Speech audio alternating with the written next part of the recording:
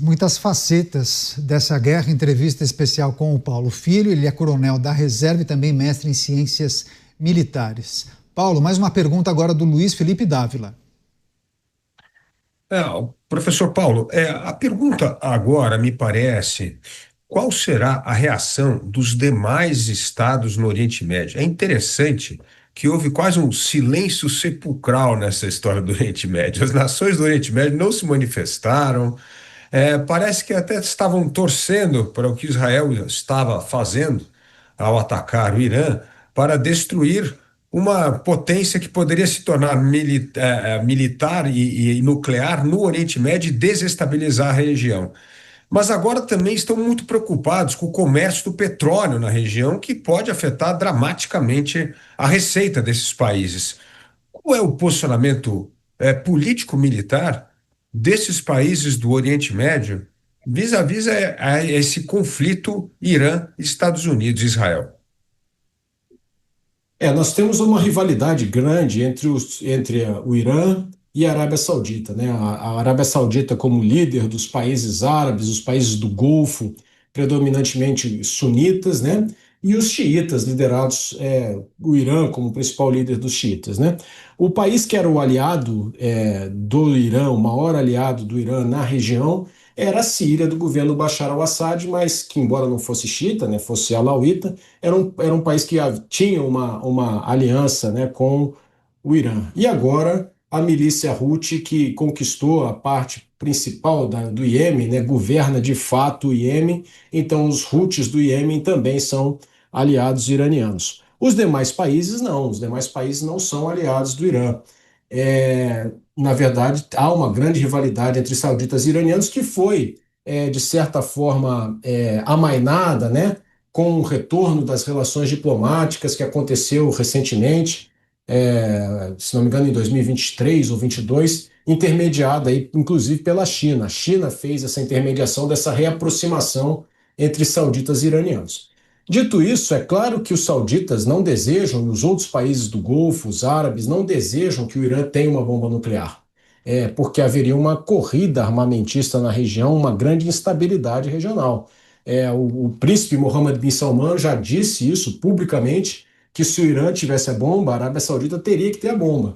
Ora, se a Arábia Saudita e o Irã tivessem a bomba, é lógico que a Turquia quereria ter a bomba. Se a Turquia tivesse a bomba, o seu grande rival ali europeu, a Grécia, também ia querer ter a bomba, ou seja, uma corrida armamentista que desestabilizaria ainda mais uma região bastante instável. Acontece da vida que a Rua Árabe, né? A Rua Árabe se manifesta, a opinião pública islâmica, ela se manifesta especialmente por causa da questão palestina, né? Essas imagens das crianças na fila da comida, né? As notícias de 50 mil mortos na faixa de Gaza, tudo isso cala na opinião pública árabe, então, e islâmica, né? Islâmica especialmente. Então é muito difícil para uma liderança política de um país desse, da Arábia Saudita, Catar, Emirados Árabes, né?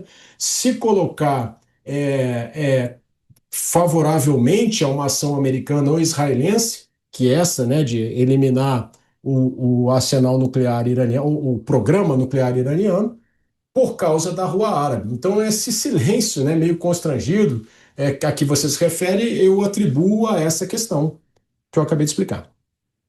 Paulo Filho, entrevista especial aqui no programa Os Pingos nos Is, os caminhos possíveis para esse conflito no Oriente Médio. Mais uma pergunta do Henrique Kriegner.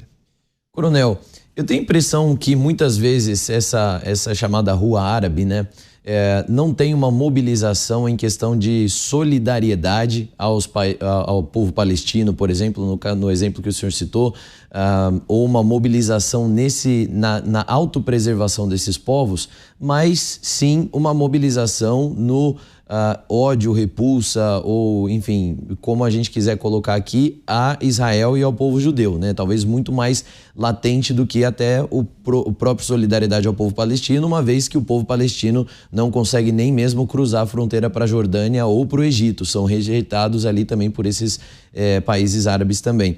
Nesse sentido, a gente consegue ter algum tipo de esperança de um diálogo, ainda que seja entre Israel e Irã, para que haja uma maior estabilidade na região? E aí eu termino com um adendo nesse sentido, que é a questão do armamento nuclear.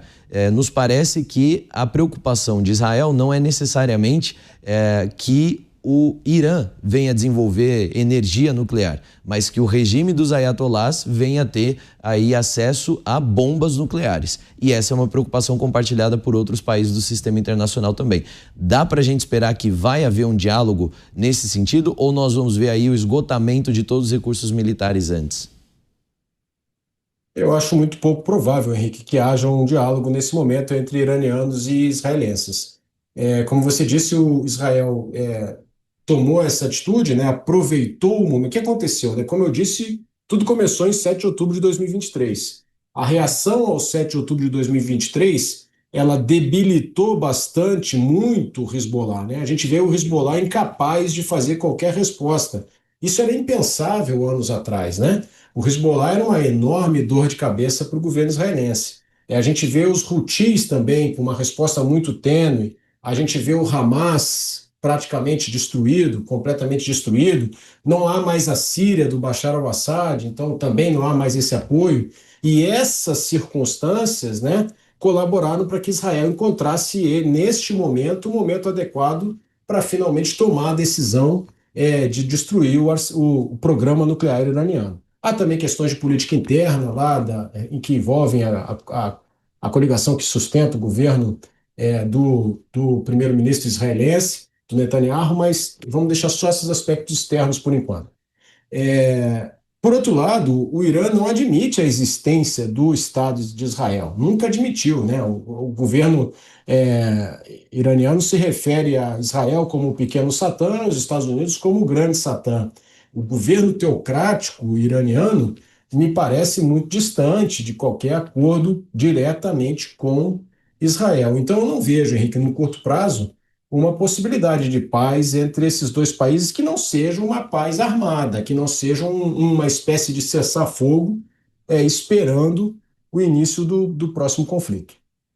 Deixa eu chamar a atenção para uma mensagem que foi compartilhada pelas Forças de Defesa de Israel na rede social X, mas especialmente mensagem repercutida nas televisões, nas emissoras de TV do Oriente Médio. E aí a mensagem diz o seguinte, que o exército de Israel emitiu um alerta de evacuação de área inteira. O exército diz que as pessoas devem deixar uma área na capital que foi identificada como Distrito 7, possivelmente um bairro, uma região. E aí a mensagem diz, nas próximas horas, os militares israelenses vão operar na área para atacar uma infraestrutura militar pertencente ao regime. Quem assina, quem emite essa mensagem é o Avishai Adraí. Ele é porta-voz árabe do Exército de Israel, publicação feita no X. E é uma tática que foi adotada também pelas Forças de Defesa de Israel nos conflitos, nas outras frentes de batalha, especialmente no Líbano, contra o Hezbollah, e também em Gaza, né, contra o Hamas, sempre adotando essa estratégia de avisar os ataques com o objetivo de que os civis possam, de alguma maneira, se proteger.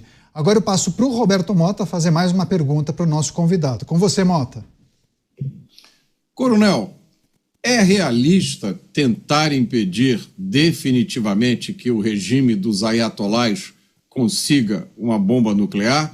Ou Israel e os Estados Unidos vão ter que fazer uma faxina periódica a cada 5 ou 10 anos para atrasar o progresso deles? Uma excelente pergunta, né, Mota? Se eu fosse um coronel do exército iraniano, Mota, eu ia chegar à conclusão que a minha única alternativa para me manter, para que o Estado iraniano consiga deixar de ser atacado, é ter a bomba nuclear.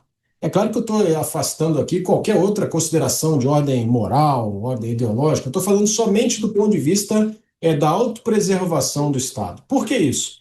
Porque o Ayatollah Khamenei, ele olha para o Saddam Hussein e vê que o Saddam Hussein, que teve o seu programa nuclear destruído por Israel na década de 80, está morto. Ele olha para o Gaddafi está morto, né? ele olha para todos os outros regimes aí que caíram ao longo do Oriente Médio, nenhum desses regimes tinha a bomba atômica. E ele olha lá para o Kim Jong-un, presidente da Coreia do Norte, e tá lá ele, gordinho, feliz, né?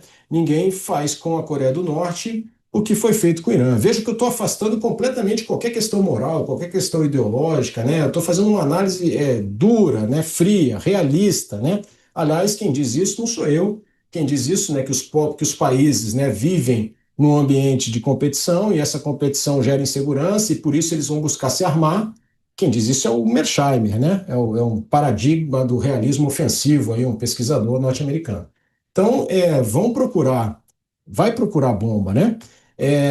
A não ser que haja uma mudança de regime e esse novo regime seja um regime alinhado, né, aos valores do Ocidente, valores democráticos, né, e que abra mão da bomba nuclear e escolha conviver, né, com Israel. Nós temos que lembrar que antes de 79, né, o regime do Shah Reza Pahlavi foi o primeiro regime a reconhecer na região o Estado de Israel, convivia, era o melhor amigo de Israel na região até a Revolução Islâmica de 1979. Então, se houver uma mudança de regime, talvez mude essa orientação. Mas enquanto for um regime inimigo de Israel, eles vão procurar bomba porque é a maneira deles evitarem esse tipo de ataque que eles sofreram agora e essa derrota militar que vai acontecer em questão de dias.